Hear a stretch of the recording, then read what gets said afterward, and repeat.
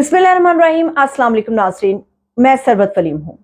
पाकिस्तान के अंदर एक तरफ तो वकला तहरीक है, वो शुरू होने के करीब है। दूसरी तरफ बहुत सारे लोग हैं जो जेल की सलाखों के पीछे जाने के करीब हैं, और एक नामवर शख्सियत, एक लीडर, अवाम का मकबूल तरीन लीडर, पाकिस्तान में अवाम की मकबूल तरीन सियासी जमात का लीडर, कैदी नंबर 804 का हूँ, तहरीक इंसाफ के चेयरमैन का हूँ, कप्तान का हूँ, या फिर खान साहब, वो जल्द ही जेल की सलाखों से बाहर आने के लिए तैयार बैठे हैं। ललकार उनकी आ चुकी है, गूंज उनकी शुरू हो चुकी है।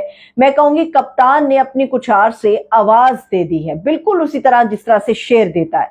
अब मैं आपको इसके बहुत सारी चीजें जो बयान करूंगी जो आपको हकायक की तरफ लेकर जाएंगे। सबसे पहले वो लोग जो फिक्रमंद थे कि तहरीक इंसाफ के चेयरमैन को किन हालात के अंदर जेल में रखा गया है, अटक जेल के अंदर उनका जो सेल है वो कितना छोटा है, कितना महदूद है। अभी सुबह ये खबर आई थी कि चेयरमैन साहब से, उमैर साहब हैं एक लीगल टीम के, उनके वकील, उनकी मुलाकात हुई तो उन्होंने बताया वो खुशबाश है, ठीक है, खैरियत से हैं, मगर कप्तान की या खान साहब की जो दाढ़ी है वो बढ़ गई है। जो उसके बाद पता चला कुछ मुतज़ाद खबरें आई, उनको शेव किट फराहम कर दी गई है ताकि वो अपनी शेव बना सकें। अब ये जो खान को जैसी सहूलियात दी गई हैं उसका मैं मवाजना करूंगी मियां नवाज शरीफ साहब के साथ और राना सनाउल्लाह साहब के साथ। ये बड़ी अंदर से किसी आदमी ने इन तमाम चीजों को सामने लाकर हकायक हमारे सामने रखे हैं। खान साहब को जेल के अंदर या उस सेल के अंदर जो मुहैया है वो एक कुर्सी है, एक मेज है। मैं उसे मैट्रेस तो नहीं कहूंगी, वो एक गद्दा नुमा है, बिल्कुल उसी तरह जैसे हमारा देसी गद्दा होता है घरों के अंदर, वो है 3 से 4 इंच का गद्दा। अगर कोई आदमी या खान साहब जैसा आदमी उसके ऊपर लेटेगा तो वो बिल्कुल जमीन के साथ लग जाता है, उसमें आरामदेह कोई चीज नहीं होती। वो गद्दा फराम किया गया है, एक बाल्टी है नहाने के लिए, ओपन वॉशरूम उनके सेल के अंदर मौजूद है। मगर जिस आदमी ने ये सारी सूरत हाल देखी और बताई है, नाम ना जाहिर करने की शर्त पे, उसका ये बताना है अलग से एक बाथरूम है जो खान साहब को प्रोवाइड कर दिया गया है। एक मुशक्कती भी है जो खान साहब के लिए मुहैया कर दिया गया है। 2 ऐसे अफसरान हैं जो दिन के औकात में, पूरा दिन और रात के जितने औकात बनते हैं उनमें अपनी अपनी ड्यूटी आधी आधी सरंजाम देते हैं। इजाजत नहीं है किसी को उनसे बात करने की, मगर उनका सेल इतना छोटा है कि वो उसके अंदर चहलकदमी भी नहीं कर सकते। अभी बुशरा बीबी की तरफ से सेक्रेटरी दाखिला को एक एप्लीकेशन दी गई है कि खान साहब को घर का खाना और एक मेडिकल ऑफिसर जो हमारे हैं फैसल सुल्तान साहब, वो प्रोवाइड किए जाए जो उनका चेकअप कर सके। अभी जो खाना है वो खान साहब को जेल के अंदर दिया जा रहा है जो जेल के मैनुअल के हिसाब से बन रहा है, मगर खान साहब तक वो खाना आने से पहले चेक किया जाता है बाकायदा, और बर्तन उनके बिल्कुल अलग रखे गए हैं। ये खान साहब के कमरे की सूरत हाल है। मगर जो लोग ये भी परेशान थे कि खान साहब इतनी गर्मी में एक सेल के अंदर बिना बात किए, चहलकदमी किए बगैर रह रहे हैं, तो वहां पे अब ये खबर आई है कि एक रूम कूलर भी जो है वो चेयरमैन को प्रोवाइड कर दिया गया है। अब इसका कंपैरिजन करते हैं मियां नवाज शरीफ साहब को जब जेल के अंदर रखा गया था। मियां नवाज शरीफ साहब को जेल में जब रखा गया था तो उन्हें एसी की सहूलत मुहैया थी, एक से ज्यादा मुशक्कती उन्हें दिए जाते थे, टेलीविजन उनके सेल के अंदर मौजूद था, और इसके अलावा उन्हें एक चारपाई दी गई थी, चारपाई के ऊपर उन्हें एक गद्दा डालकर दिया गया था। न्यूज़पेपर की सहूलत उनके पास मौजूद थी, और सबसे बढ़कर यह कि उनके इस्त्री शुदा कपड़े उनके घर से आते थे, और इसके अलावा उनका जो खाना था वो भी रोजाना की बुनियाद पे उनके घर से आता था। मगर खान साहब को ये सहूलत जो है वो मुहैया नहीं की गई है। फिर इसका कंपैरिजन करते हैं राना सनाउल्लाह साहब से। राना सनाउल्लाह साहब को जब जेल में रखा गया था तो उनको तकरीबन 1 से 2 इंच का गद्दा था, यानी बिल्कुल जमीन पे आप एक फर्शी दरी की तरह समझ लें, वो उनको प्रोवाइड किया गया था। मगर कहा जा रहा है कि बाद में शायद कुछ सहूलियात बेहतर हो गई थी, मगर इसी तरह था कि वो जमीन पर ही सोते थे। इसके अलावा पाकिस्तान के अंदर ये जो सारा हमने खेल देखा, चेयरमैन को जेल में डाल दिया, जबरन बहुत सारे लोगों की मोहब्बतें, वफादारियां तब्दील करा दी गई। अब ये हो रहा है कि पाकिस्तान के अंदर इसके बाद तो इंतखाब अपने मुकर्ररा वक्त पर होना चाहिए था, मगर इंतखाब अपने मुकर्ररा वक्त पर नहीं हो रहा है। एक तरफ वकला की तरफ से ये अल्टीमेटम दे दिया गया है कि 90 रोज के आईनी वक्त के मुताबिक अगर इलेक्शन होता है तो ठीक है, वरना फिर एक तहरीक चलाई जाएगी। अपनी इस तहरीक का मुस्तकबिल क्या होगा ऐसे में, जबकि वकला के अंदर हमें डिवीजन नजर आती है, आधे एक तरफ हमें खड़े नजर आते हैं और आधे हमें दूसरी तरफ खड़े नजर आते हैं। इसके अलावा पाकिस्तान के अंदर इंतखाब की जब बात करते हैं, इलेक्शन कमीशन ने बता दिया दिसंबर के अंदर सारे मामला तय होंगे, हल्का बंदी हम फाइनल करेंगे। फरवरी का इशारा मिल रहा है कि शायद इलेक्शन हो जाए, क्योंकि मार्च में सेनेट के इलेक्शन है। मगर जो इशारे फरवरी के मिल रहे हैं, बात इससे भी बहुत आगे जाने के बहुत ज्यादा रोशन इम्कानात है। मुझे बड़ी शर्म आ रही है ये बात करते हुए, मगर ये एक हकीकत है कि फरवरी 2024 में भी पाकिस्तान का आम इंतखाब में होता हुआ नजर नहीं आ रहा है। जबरी तौर पे जनूबी पंजाब के बेशबहा ऐसे कारकुनान हैं जिनका ताल्लुक पाकिस्तान तहरीक इंसाफ से है, उनकी वफादारियां जबरन तब्दील कराई जा रही हैं। और पाकिस्तान तहरीक इंसाफ की कोर कमेटी की तरफ से ये एलामिया जारी किया गया है कि सारा कुछ मलिया मेट करने के बाद अब जो वर्कर बचा है, जो कारकुन बचा है, जिस जिस हिस्से में कुछ कारकुन ज्यादा है, वहां पे जबरन डरा धमका कर उन लोगों से तहरीक इंसाफ के साथ वफादारी तब्दील कराई जा रही है, यानी कि उन्हें छुड़वाने की कोशिश की जा रही है कि आप पीटीआई को छोड़ दें। अब मुर्तजा सोलंकी साहब, वैसे तो वो बड़े एक आला पाई के सहाफी, मैं कहूंगी बड़े पुराने सहाफी हैं, वजीर इत्तलात बन गए इस निगरान सेटअप के अंदर।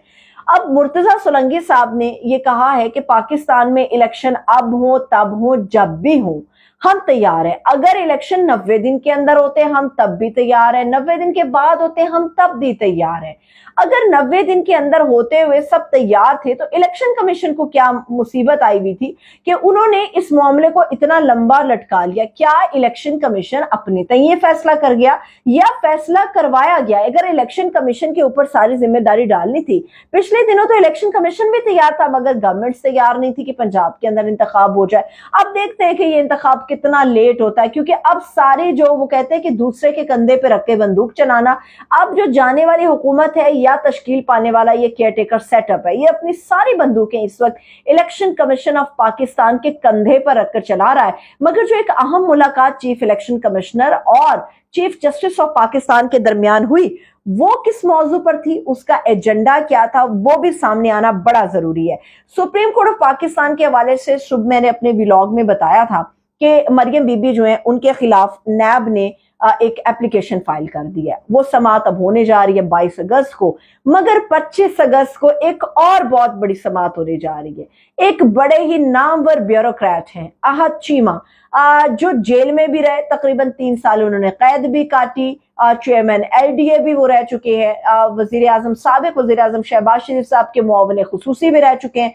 मुझे अच्छी तरह से याद पड़ता है कि जब जेल के सलाखों से चीमा साहब बाहर आए थे तो उन्होंने शहबाज शरीफ साहब से ये बात की थी कि मैं हुकूमत संभालने में आपकी मुआवनत करूंगा, मगर मैं सियासत से किनारा कशी इख्तियार कर रहा हूं। फिर उसके बाद ये खबर आई हमें कि शहबाज शरीफ साहब ने अहद चीमा को अपना मुआविन खुसूसी मुकर्रर कर दिया है। याद रहे कि अहद चीमा साहब इस जाने वाली हुकूमत के साथ चले नहीं गए। 3 बंदे हैं जो इस वक्त शहबाज शरीफ साहब की टीम के हैं और काकड़ साहब की कैबिनेट के अंदर मौजूद हैं। एक उनमें अहद चीमा साहब मौजूद है, एक उनमें तौकीर शाह साहब मौजूद है और एक शायद मोहिब अली साहब मौजूद है, अगर मैं नाम उनका दुरुस्त ले पा रही हूं तो। अब अहद चीमा साहब को इस केयर टेकर सेटअप के अंदर भी बिल्कुल सेट कर दिया गया है। अहद चीमा को इस वक्त इस्टेब्लिशमेंट के अंदर मुशीर बराए इस्टेब्लिशमेंट में कहूंगी जो एक डेजिग्नेशन उन्हें अलॉट किया गया, यानी कि एक बड़ा खास किस्म का डेजिग्नेशन जो है वो अहद चीमा साहब के लिए रखा गया है। अब ये क्यों रखा गया ये तो वक्त बताएगा, मगर नैब अपनी फुर्तियां जारी रखे हुए। नैब की तरफ से सुप्रीम कोर्ट ऑफ पाकिस्तान के अंदर ये दरख्वास्त डाली गई है कि अहद चीमा जो है उनके ऊपर भी बेशबहा इल्जामात हैं, आमदन से ज्यादा 700 के इल्जामात हैं, करप्शन के उनके ऊपर इन्वेस्टिगेशंस हैं, इंक्वायरीज हैं, तो इसलिए उनकी भी जमानत जो है वो मनसूख की जाए। सुप्रीम कोर्ट ऑफ पाकिस्तान ने 25 अगस्त को ये अहम प्रोसीडिंग जो है वो रख ली है, इसकी समाअत होने जा रही है। और जाते जाते आप तमाम लोगों ने वो बड़ी अहम वीडियोज हैं, 2-3 वीडियोज हैं जो इस वक्त सर्कल कर रही हैं, और वो सर्कल कर रही हैं कि शायद मिलिट्री से रिलेटेड एक नौजवान है, उनके हमरा एक शख्स है और उनके जो बहस या तल्ख कलामी है वो ट्रैफिक पुलिस के एहलकारों की वजह से है। गुनाह क्या है? ट्रैफिक पुलिस एहलकारों का गुनाह ये है कि उन्होंने गाड़ी को रोका और फैंसी नंबर प्लेट, जिसकी बाकायदा तौर पे कानून इजाजत नहीं देता, फैंसी नंबर प्लेट की वजह से रोका, गालम गलौज की गई उस नौजवान की तरफ से, धमकियां दी गई उस नौजवान की तरफ से, डराया धमकाया गया उस नौजवान की तरफ से, और ट्रैफिक पुलिस के एहलकारों की वर्दी पर सवाल उठाया गया उस नौजवान की तरफ से कि तुम लोग अपनी औलादों को हराम खिलाते हो, तुम्हारी नस्लें इसीलिए ऐसी बड़े होंगी। तो ये सारा जो मामला 2-3 वीडियोस में गर्दिश कर रहा है, मैं सिर्फ एक सवाल छोड़ते हुए जाऊंगी। हमारा अपनी मिलिट्री का, अवाम और मिलिट्री का एक बड़ा खूबसूरत रिश्ता था, है और हमेशा रहेगा इंशाअल्लाह ताला। शायद चंद लोगों के साथ इख्तलाफ हो सकता है, मगर पूरी मिलिट्री के साथ आप इख्तलाफ नहीं कर सकते, क्योंकि वो लोग अपनी नींदें हराम करते हैं तो हम सुकून से सो पाते हैं। मेरा सवाल इतना है कि कौन से हालात आ गए हैं कि गुंडागर्दी बाकायदा मिलिट्री का नाम लेकर लोग करते हैं। ये कौन से हालात आ गए हैं कि लोगों को डराने के लिए उस मिलिट्री से खौफजदा कराया जा रहा है जिससे अवाम प्यार करती है। मेरा सवाल ये है कि जिस मिलिट्री के लिए अवाम हमेशा अपनी जानो माल को, अपने सब चीजें अपनी अलग रखती थी, जहां पे हमारा फौजी नजर आता है उसको एक सलूट होता है, जहां पे हमारा वर्दी वाला नजर आता है उसको एक सलूट होता है।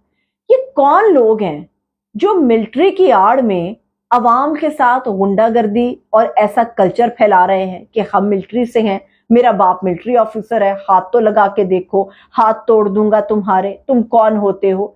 कानून पर अमल दरामद कराना इनका फर्ज है, लाजिम है, और कानून पर अमल दरामद कराया जाना चाहिए। अगर ये नौजवान और उनके हमरा जो शख्स थे, जो खुद को शायद कर्नल बयान कर रहे थे, अगर वाकई ये मिलिट्री से हैं, तो फिर मिलिट्री को भी एहतसाब के अपने दायरे को बढ़ाना चाहिए और बताना चाहिए कि किसी को इतनी इजाजत नहीं होगी, खा वो मिलिट्री ऑफिसर का बेटा ही क्यों ना हो, उसका ताल्लुक मिलिट्री के खानदान से क्यों ना हो, कानून को हाथ में लेने की इजाजत कतई तौर पे नहीं होनी चाहिए, ना दी जानी चाहिए। इजाजत दीजिए, अपना ख्याल रखिए, खुदा हाफिज।